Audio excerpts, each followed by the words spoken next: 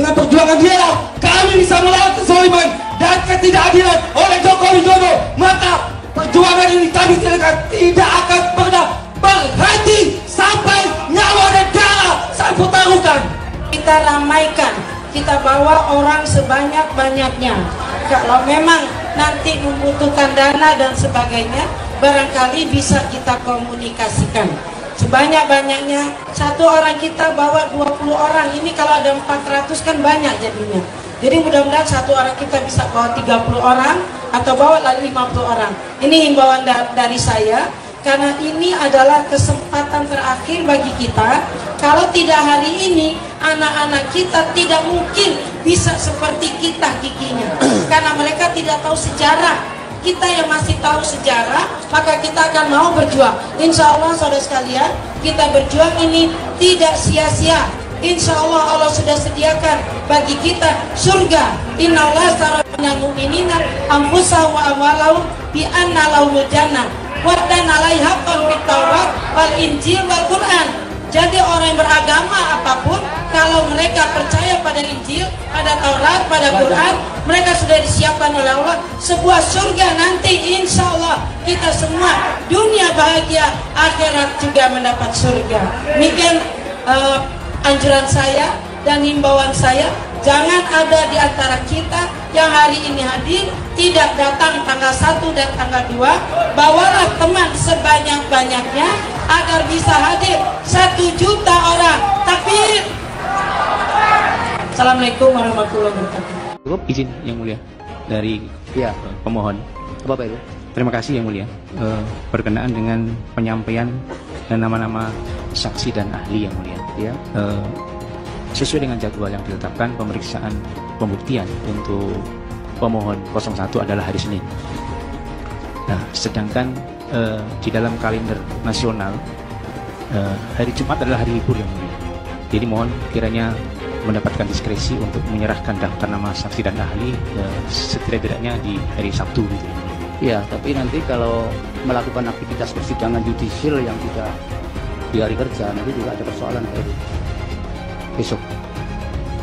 Kalau sekiranya nanti ada info-info bisa disampaikan pada saat persidangan, jangan satu hari persidangan ketika itu hari libur. Nanti ada persoalan dengan keabsahan persidangan kita.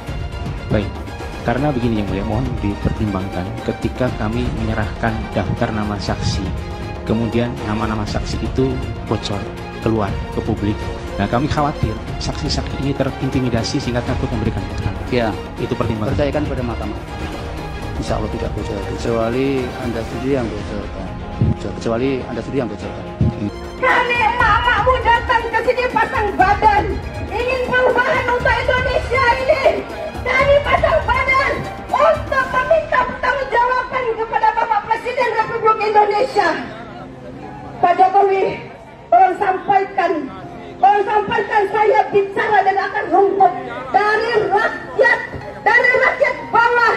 Anda telah mengajak-ajak demokrasi Indonesia ketika Anda menggolkan lewat MK anak Anda yang belum layak. Anak Anda si Gibran, Pak Jokowi, belum pantas untuk menjadi wakil presiden Republik Indonesia ini. Dia masih terlalu muda, belum punya pengalaman, belum punya keilmuan.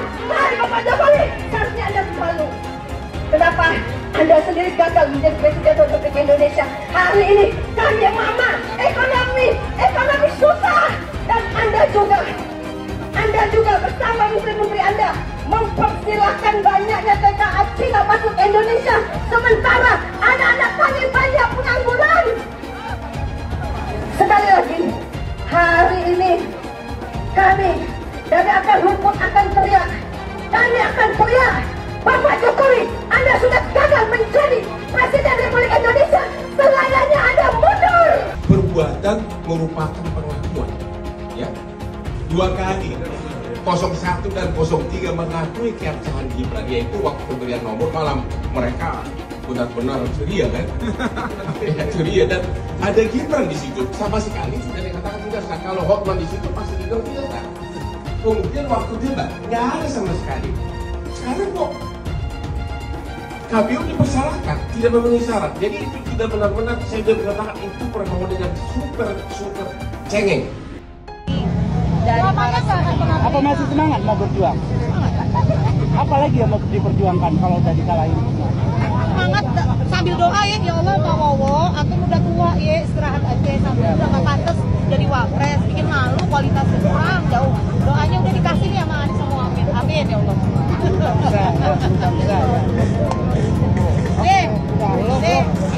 Apa lu? Baterai lu udah kasih banyak. Kami sebagai rakyat menuduh bahwa KPU berbuat curang. Karena hasil keputusan itu harus sesuai dengan CA1 Plano. Setuju. Apapun yang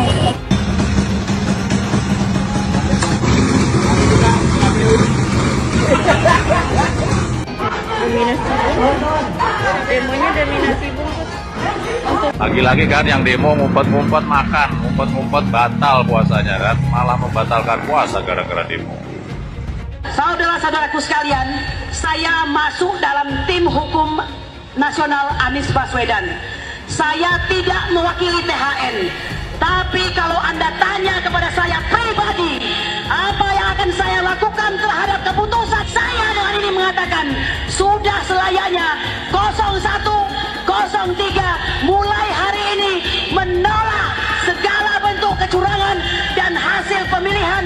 Seandainya KPU yang biadab ini akan menyebutkan bahwa pemenangnya adalah 02, betul? Hari ini, mulai hari ini, nyatakan tidak diterima. Lihat betapa kurang ajarnya KPU. Kita datang, mereka beri barikade. Inikah yang disebut dengan negara demokrasi? Dan kami ingatkan bahwa pada hari ini kami rakyat datang ke sini dari berbagai provinsi untuk menunjukkan kepada Bapak Jokowi bahwa kami tidak terima dengan pesta demokrasi hari ini yang ugal-ugalan. Dan kami meminta dan mengingatkan bahwa tugasnya kalian adalah melindungi, mengamankan semua aspirasi yang akan menyampaikan aspirasi di tempat ini.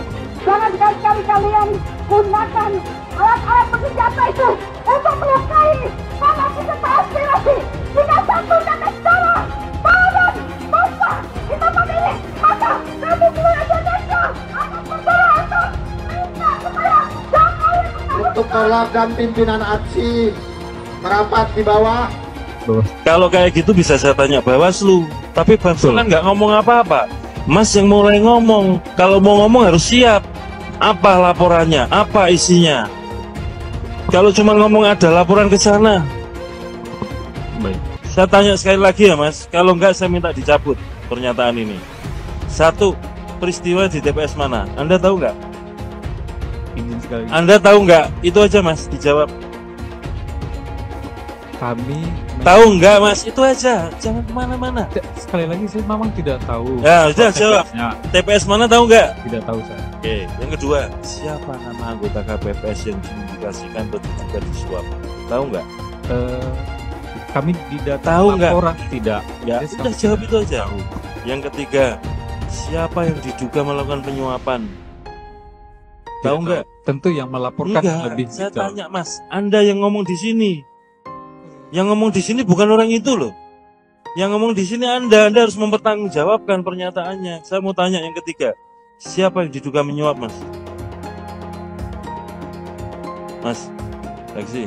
Baik. Tahu nggak siapa yang menyuap? Terkait Mas, itu aja. Tahu atau tidak? Tidak, saya tidak. Tidak tahu. Yang keempat, siapa partai yang digelembungkan? Kami tidak tahu. Tidak tahu kan? Nah kalau dari 4 pernyataan tidak tahu, Anda masih mau ngomong kayak begini, lebih baik dicabut Mas. Baik. Mengakui kesalahan, saya cabut itu bukan persata, bukan sesuatu yang aib kok. Saya cabut intinya. Intinya ya. Nah setelah ini ya nanti akan saya tanya teman-teman Garis. Santai aja Mas. Kalau nggak tahu ngomong nggak tahu. Mau kita ngomong nggak tahu juga nggak apa-apa. Kita gentleman aja lah. Kalau ya. Ini pemilu yang paling brutal, pemilu yang tidak bisa dipertanggungjawabkan angka-angkanya. Karena itu jangan bicara angka lagi, Jangan bicara berapa yang kita dapatkan lagi. Yang kita harus lakukan adalah kita bubarkan pemilu ini. Kita minta diskualifikasi calon yang curang. Kita minta pemungutan suara ulang. Hanya di antara calon-calon yang tidak curang. Potong bebek angsa, masak di kuali, gagal berkuasa, nyalahin Jokowi. Demo ke sana, demo ke sini, la la la la la la la la la la.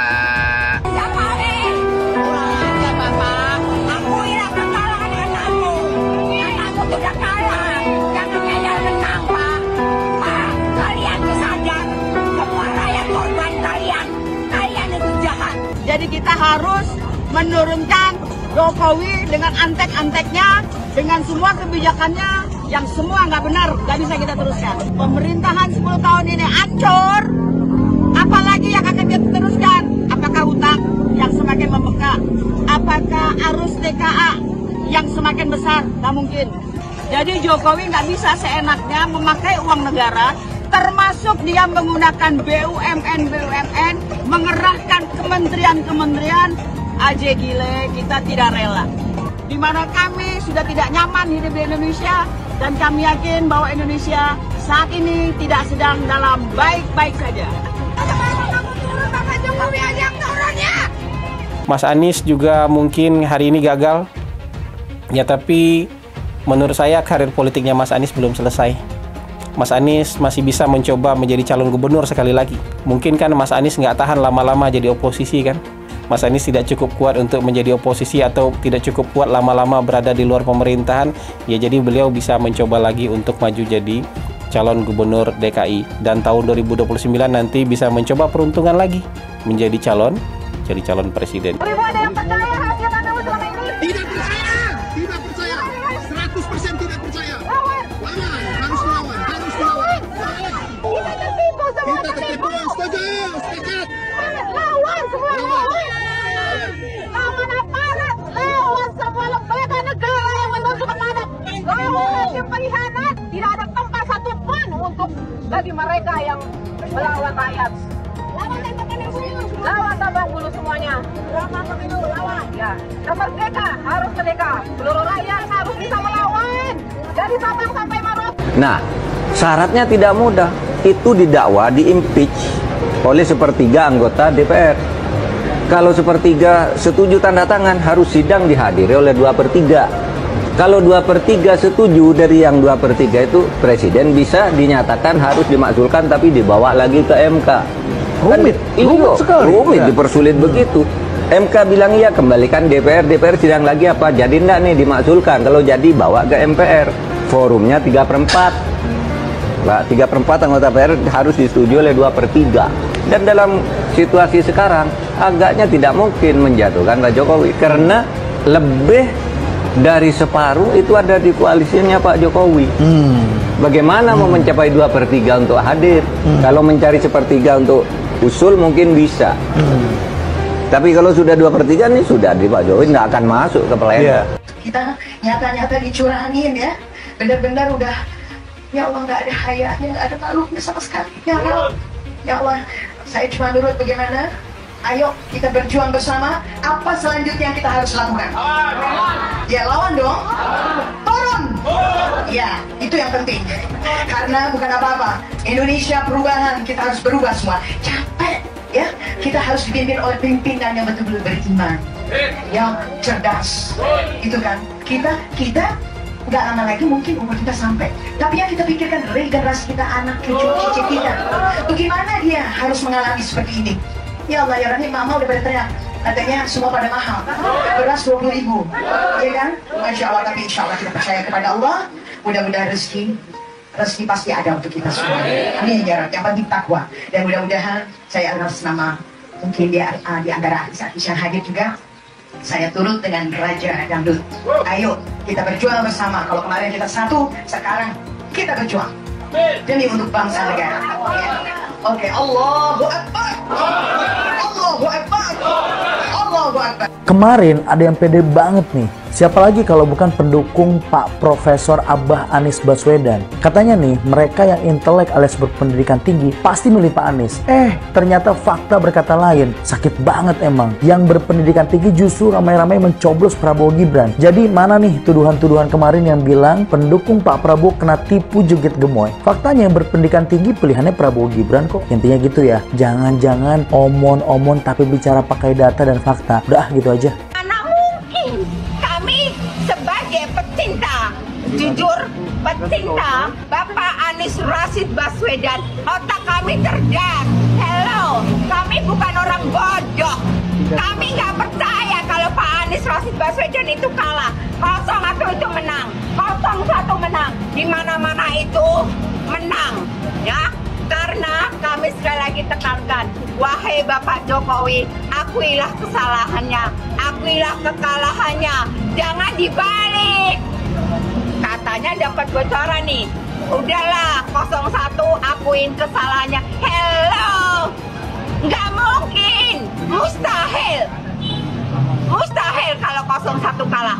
Hakul yakin Allah punya kuasa, pasti Bapak Anies jadi presiden. Amin. Amin. Anies presiden. Ini kemenangan Prabowo Subianto dan Gibran. Jadi yang kalah nangis-nangis saja. Jangan pura-pura bahagia. Nangis saja. 1 silakan nangis. Lepaskan, keluarkan ya Mas Adi. Ketimbang jadi bisul, ketimbang jadi penakit, ya kan, pura-pura bahagia. Tumpahkan setumpah-tumpahnya.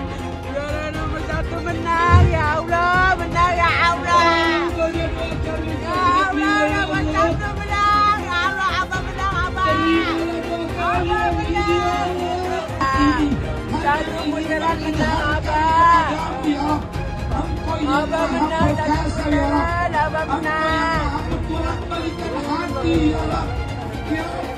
Mengenai kecurangan, caleg itu ada saksi di TPS, partai ada saksi di TPS, capres, cawapres, kandidat ada saksi di TPS. Di TPS ada Bawaslu, aparat juga ada di sana. Terbuka untuk diambil gambarnya.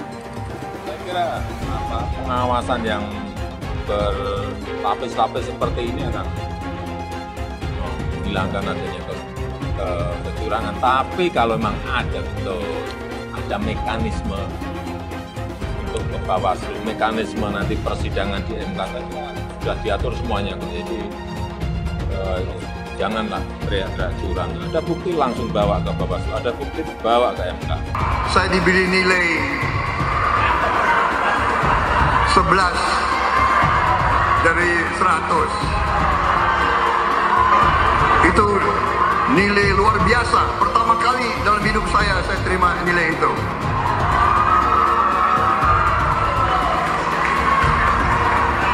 Dari orang yang saya beri kebaikan. Pak Prabowo, itu sebelumnya Pak Prabowo sudah menyumbangkan 400 miliar untuk pencalonan Pak Anies sebagai gubernur. Nah itu kalau kita bicara etik di mananya? Dan kalau Mbak bilang Pak Prabowo hanya mengejar kekuasaan, saya tanya, sekarang Pak Anies memangnya maju jadi capres lu mengejar apa? Saya tanya, apakah nggak mengejar kekuasaan sebagai calon presiden?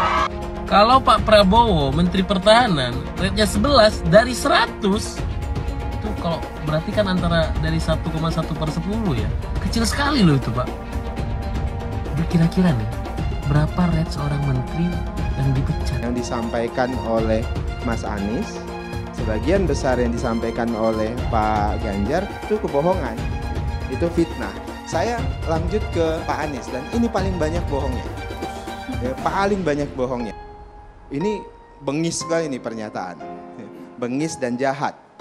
Hanya untuk tujuan menjatuhkan Pak Prabowo, kemudian menggunakan data palsu dan bohong. Dan publik itu sudah mendengarkan pernyataan bohong itu.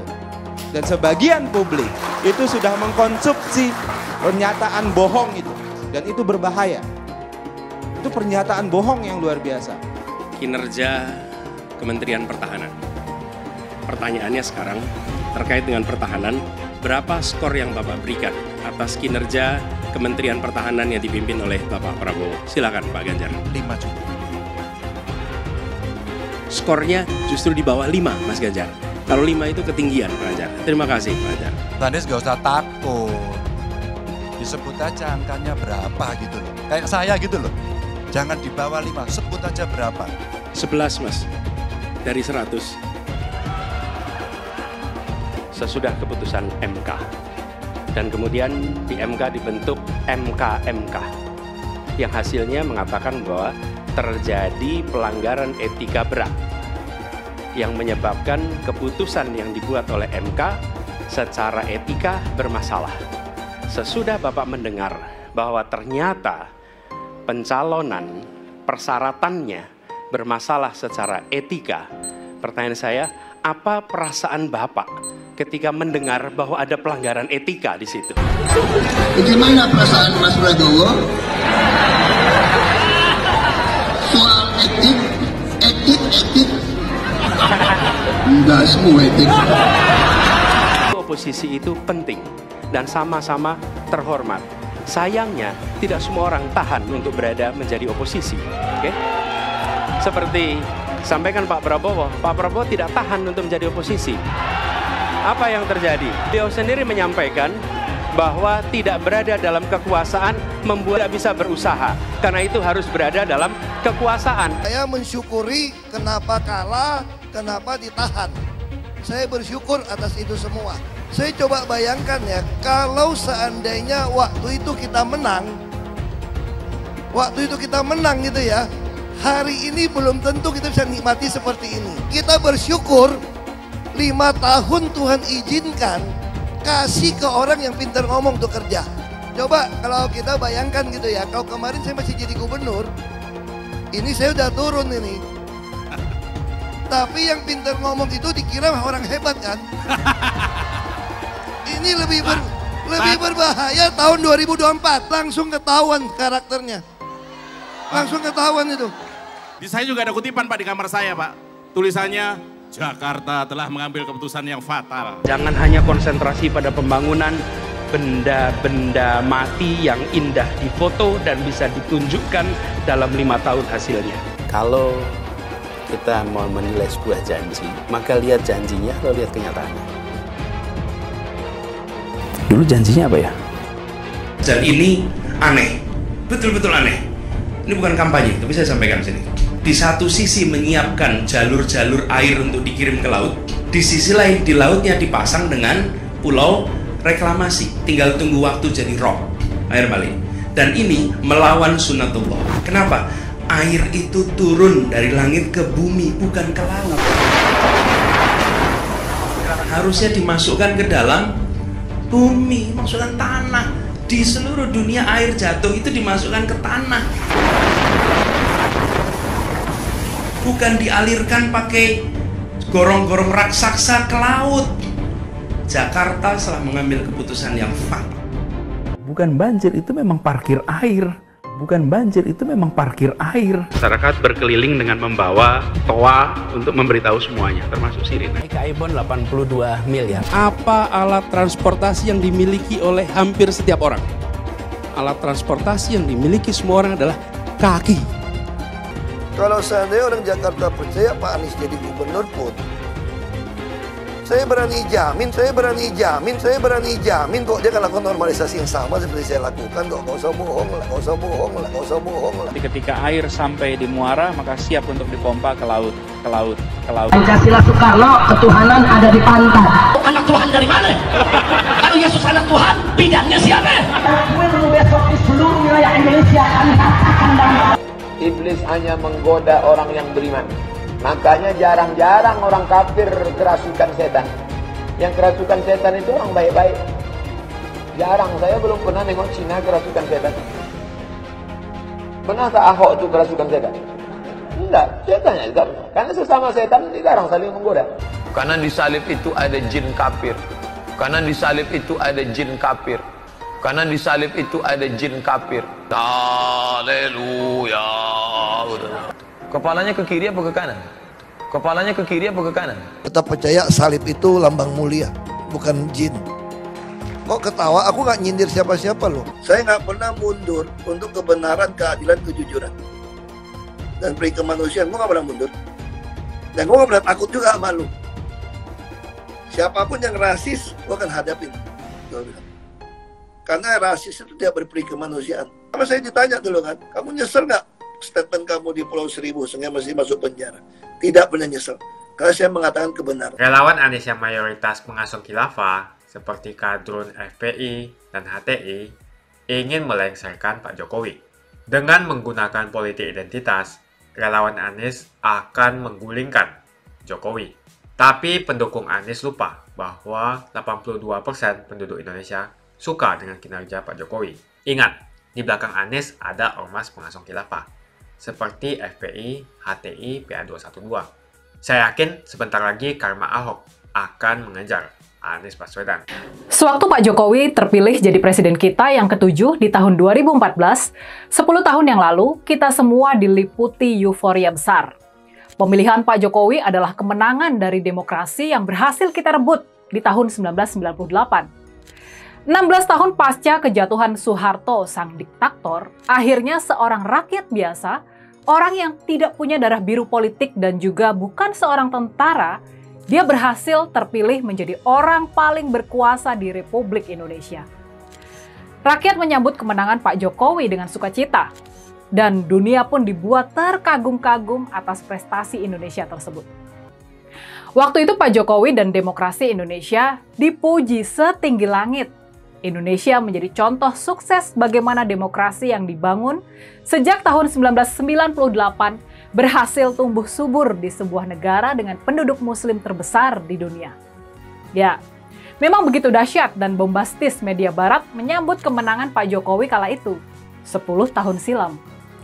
Dalam edisi internasional yang terbit tanggal 27 Oktober 2014 tersebut, Time menulis bahwa Pak Jokowi akan memimpin Indonesia, negara nomor 4 dengan jumlah penduduk terbanyak, sebuah negara demokrasi yang memiliki kekayaan alam melimpah, dan negara dengan populasi muslim terbanyak di planet bumi ini.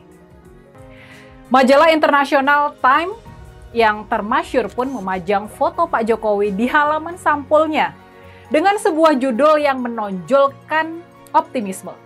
A New Hope, Indonesian President Joko Widodo is a force for democracy. Sebuah kekuatan buat demokrasi. Di tengah kisah sukses demokrasi Indonesia dan Jokowinya ketika itu, yang dipuji di seantero dunia, pada kenyataannya pondasi-pondasi demokrasi kita masih sangat rapuh. Makanya kalau sekarang 10 tahun kemudian, di pemilu tahun 2024, demokrasi Indonesia seperti tiba-tiba runtuh. Tapinya nih, pada kenyataannya, waktu itu tidak banyak yang menyadari bahwa ada sesuatu yang rapuh dalam demokrasi kita. Ada sebuah ancaman yang tengah mengintai. Kelemahan demokrasi kita itulah yang bukannya diperbaiki, tapi malah dimanfaatkan oleh Pak Jokowi.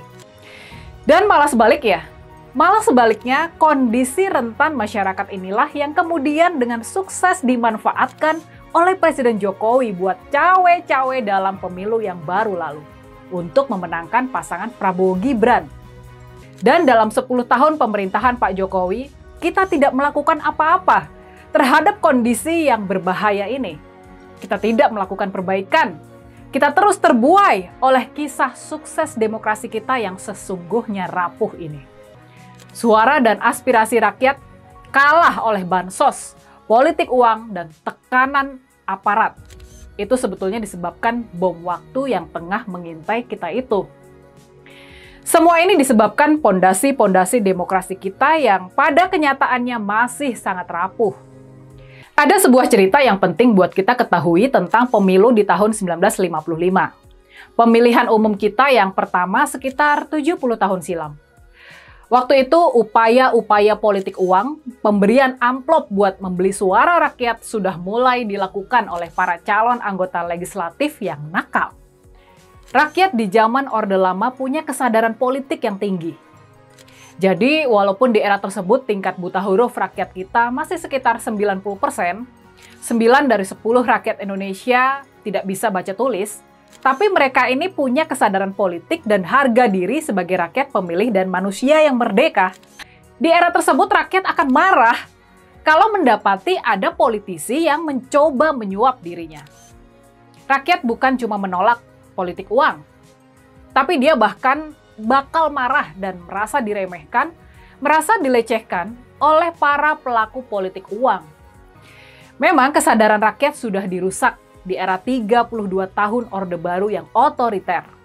Di masa inilah, suara rakyat bisa dan biasa dikondisikan untuk kemenangan golongan karya, kemenangan Golkar, kelompok elit penguasa di zaman Soeharto tersebut.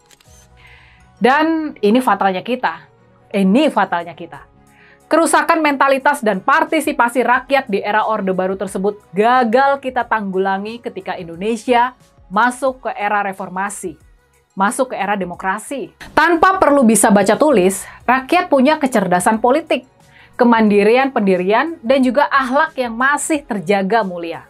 Kejujuran masih menjadi nilai penting dalam masyarakat di masa itu. Memutar waktu 70 tahun ke depan, ke tahun 2024, kondisinya sudah jauh berbeda. Sudah terbalik 180 derajat. Sekarang ini, walaupun rakyat kita mestinya sudah jauh lebih cerdas, hampir 100% rakyat bisa baca tulis, tapi politik uang, pemberian amplop buat membeli suara rakyat malah semakin marak, semakin terang-terangan, dan bahkan menjadi norma kelaziman. Maka, disinilah ironi, sebuah ironi besar terjadi. 10 tahun berselang di tahun 2024, kemandirian politik rakyat bukan cuma gagal dibangun oleh presiden rakyat tersebut, gagal dibangun oleh Pak Jokowi, tapi malah sebaliknya. Praktek politik bansos dan politik uang yang sebelumnya marak di tingkat daerah, di ajang pilkada, politik bansos dan politik uang ini malah dibawa masuk oleh Pak Jokowi ke arena nasional, ke ajang Pilpres dan Pileg 2024. Inilah salah satu pondasi demokrasi yang rapuh tadi, yang sangat teramat rapuh, namun gagal buat kita perbaiki dalam 25 tahun era reformasi ini. Maka untuk kemenangan Pak Jokowi di tahun 2014, kita perlu berterima kasih kepada Presiden SBY waktu itu. Presiden Susilo Bambang Yudhoyono yang sudah membiarkan pemilu dan Pilpres 2014 berlangsung tanpa intervensi bansos dan aparat pemerintah. Tanpa intervensi polisi dan tentara. Inilah yang memberi peluang kepada rakyat biasa seperti Pak Jokowi untuk bisa sukses terpilih menjadi presiden. Relawan Anies semakin beringas dan Anies semakin galau. Dengan menggunakan politik identitas, relawan Anies akan menggulingkan Jokowi. Relawan Anies yang mayoritas pengasuh khilafah seperti kadrun FPI dan HTI ingin melengsarkan Pak Jokowi. Tapi pendukung Anies lupa bahwa 82% penduduk Indonesia suka dengan kinerja Pak Jokowi. Saya pikir kalau terjadi baku hantam, maka ada 82% yang akan menghajar kadrun pengasuh khilafah itu. Nasdem pun semakin pusing melihat Anies, karena elektabilitas Anies semakin jatuh. Dan banyak kader-kader Nasdem terjerat kasus korupsi, seperti belakangan kasus korupsi BTS. Kasus korupsi 8 triliun yang dilakukan oleh kader terbaik Nasdem yaitu Johnny G. Plate, ini sangat menghantam Partai Nasdem, Menteri dari Kementerian Pertanian, di mana ini juga adalah dari Partai Nasdem. Semenjak Nasdem mengusung Anies, banyak sekali petaka yang diterima oleh Nasdem. Apakah ini merupakan karma dari Ahok? Silahkan komentar di kolom komentar. Yang jelas saya tidak akan memilih Anies, karena Anies bukan pribumi yang jelas. Dan Anies juga merupakan antitesis daripada Jokowi. Antitesis artinya bertolak belakangan dengan semua kebijakan Jokowi. Anies sudah terang-terangan menyebutkan dia tidak akan melanjutkan kinerja dari Pak Jokowi. Tidak ada infrastruktur yang akan dibangun jika Anies memimpin Indonesia 5 tahun ke depan. Lagi pula Anies juga didukung oleh khilafah dan pendukung Anies dari ormas seperti FPI dan juga HTI. Apa kita mau FPI dan HTI kembali di Indonesia jika Anies memimpin? Anies adalah bapak politik identitas yang menghalalkan segala cara untuk menggapai kekuasaan, termasuk menggunakan politik identitas berbasis agama. Kita lihat di kasus Ahok. Kita sudah bisa melihat kinerja Anies selama 5 tahun di Jakarta, dan ini merupakan rekam jejak Anies Baswedan. Tidak ada satupun janji yang dipenuhi. dan tidak ada kinerja yang bisa dibanggakan. Dari DP 0%, OKOC, kelebihan bayar, Formula E, banjir, sumber resapan, jalan rusak, dan gonta-ganti nama jalan. Jadi saya rasa tagline perubahan yang diusung Anies adalah tagline merubah kata korupsi menjadi kelebihan bayar, supaya semua koruptor tidak dijerat oleh pasal korupsi. Karena mereka semua hanya melakukan kelebihan bayar. Jadi perkataan Ahok sudah terbukti dan Jakarta sudah menjadi korban. Jangan biarkan Indonesia menjadi korban kibulan Anies Baswedan. Suara minoritas jangan lagi merasa takut untuk memilih pemimpin yang membela hak minoritas. Karena Anies jelas hanya memanfaatkan suara minoritas untuk mendapatkan suara. Ingat, di belakang Anies ada ormas pengasong khilafah, seperti FPI, HTI, PA212. Saya yakin sebentar lagi karma Ahok akan mengejar Anies Baswedan. Begitu saja opini saya hari ini. Tuliskan opini kalian tentang Anies Baswedan di kolom komentar. Dan juga tuliskan pendapat kalian tentang people power oleh relawan Anies untuk melengsarkan Pak Jokowi. Tuliskan pendapat kalian. Jika kalian siap untuk melawan people power yang digaungkan oleh relawan Anies, ayo tuliskan lawan people power di kolom komentar. Pastikan Anda semua like video ini dan bagikan video ini ke teman dan family Anda supaya mereka semua mengetahui tentang informasi ini. Tekan tombol subscribe dan bunyikan lonceng notifikasi supaya kamu tidak ketinggalan